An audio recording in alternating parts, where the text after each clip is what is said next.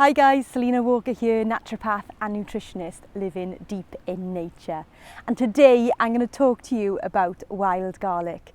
So we're down at the bottom part of my land because the garlic from the roadside has started to sneak its way in, which I'm really pleased about, because even though we live on quite a quiet road, I don't like taking from the roadside. But today I'm going to be making a wild garlic pesto, so I thought I'd share that with you. Now, wild garlic is Latin name. Now I'll probably get this wrong because I'm not great at names and I'm not great at pronunciations, but it's Allium ursinum. Now Allium ursinum gives wild garlic the common name of bay garlic and bay leek. And I love that because one of the reasons that is because the brown bears love eating this. So that's where the Latin name Allium ursinum come from, because that second part means bay. And lots of you will be familiar with that first part, allium, because it's part of the allium family. So onions, garlic, leek. Now, wild garlic, she is absolutely amazing. Not only does she taste amazing, but she's been used for lots of different medicines. But I like to think of her for use with kind of all things blood. So at this time of year, anything that comes up from the ground, I always think of it as a good tonic. And she's really good as a blood tonic. She can be used for cholesterol, or she can be used for blood pressure problems.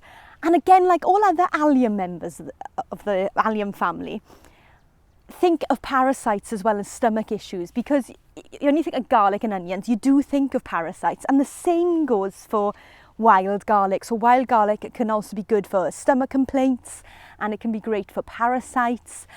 And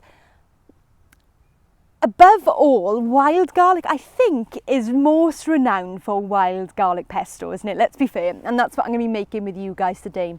Now, the key thing is, when I'm going to be harvesting this, I am going to be taking one leaf at a time. I'm not sure if the camera is going to focus on that. And the reason that is to be 100% sure of the identification. Now, there's some great apps you can use to help you ID. So if you're just getting into your herbal plants that grow around you, I always say the best thing to do is not buy a book by a herbalist, is to buy a book about the plants that grow around by you, and use the apps that are out there, some great ones, and literally go for a walk and snap away or draw it and take it home.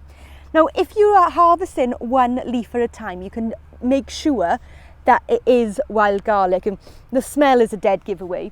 But if I was to grab handfuls, there's other plants underneath here, and they would end up getting tangled in there.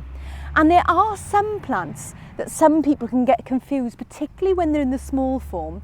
And the main ones to be aware of would be lily of the valley and lords and ladies.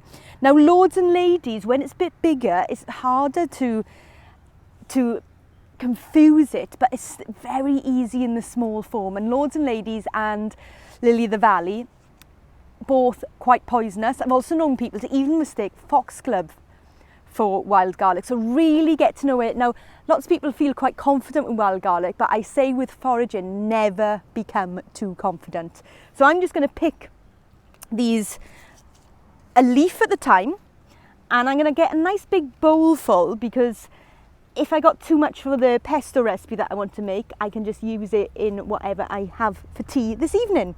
So I'm just going to carry on doing this. Now, the one thing you need to be aware of is if you're not picking on your own land and you're picking on private land, you want to make sure that you've got the landowner's permission first. That is key. So I'm just going to pick this, and I'll meet you back up in the woods where I am going to make a wild garlic pesto.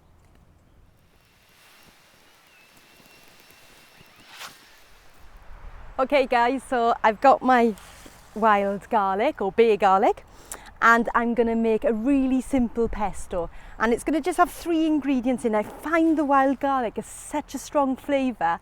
I don't tend to season with black and pepper, but obviously feel free to. The beauty about me sharing this recipe with you is you can adapt it so it tickles your taste buds. But basically, you have your wild garlic, you have an oil. So I'm choosing coconut oil because it doesn't go rancid that easily. Plus it's lovely to stir into things like pasta for it to melt. And you don't have to worry about that additional heat because it's not going to get harmed by that. And I've got some sunflower seeds. You can use nuts or seeds, whatever you'd like. So it's just a case of throwing it all in my NutriBullet and letting the magic happen.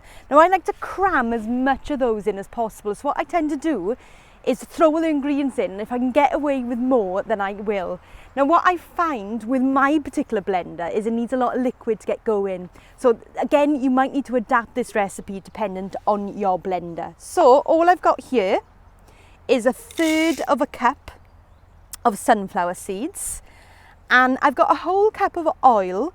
But what I'm going to do, I'm not going to put it all in because it's quite nice if you can have some to pour on the jar afterwards. So I'm just going to pour some of that in. About 2/3, no, I'm going to pour 3/4 of that in. And then the best part. So I'm just going to ram that in. Losing some. Right, I'm going to see what that's like and give it a whiz.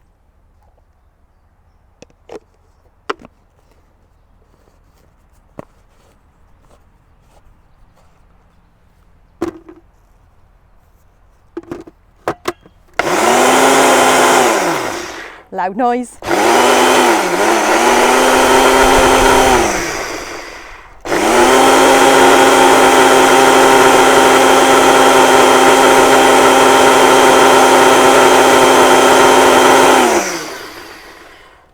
I think I can squeeze more of that garlic in there, so let's try and get it all in. Look at that amazing colour. Oh, and that smell, it is the smell of spring, that delicious mild allium smell. Now if you find that alliums can affect you, because some people find that they can be a bit strong, I personally feel they are medicine and shouldn't be consumed at every meal. But the allium level in this is quite mild, because some people find that they can't have garlic or onion, but they find with leek, and they're usually fine with wild garlic. Another loud noise. And that's looking really good. I'm just going to go and run and get my jar, and I'll be back in 2 seconds. Okay, I've got the jar. I'm just using a small little jar with a screw top mason jar or a Kilner jar. And the reason I'm doing that is because it keeps it quite fresh and airtight. And not that this is going to last long. And I've probably got more there than the size jar I've got, but that's great because that means I can have some for dinner. So let me just move that out the way. Look at that amazing colour.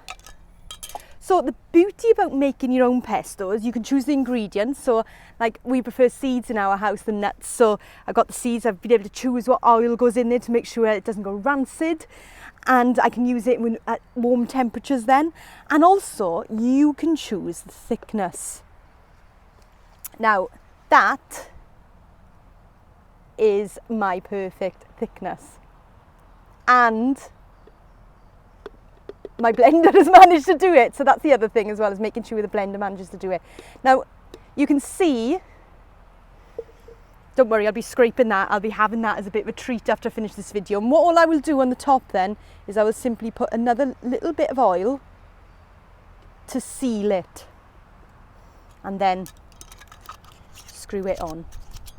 And that is our delicious foraged seasonal wild garlic pesto. Now other things you can do is sometimes you can add some nettle in there, because as soon as the nettles are whizzed up they'll be fine. You could add some other wild herbs that you have foraged and identified correctly where you live and put those in. Let me know in the comments below what kind of wild garlic pestos you were making and what you were enjoying them with. And don't forget, if you've enjoyed this video, it really helps me if you can subscribe to my YouTube channel, because it just pushes this out there even further, and let's empower people with all this knowledge to create a healthy body, a healthy mind and a healthy planet. And you can also get more hints and tips from me over on my website, signing up to my free newsletter, selinawalker.earth. I'll see you soon.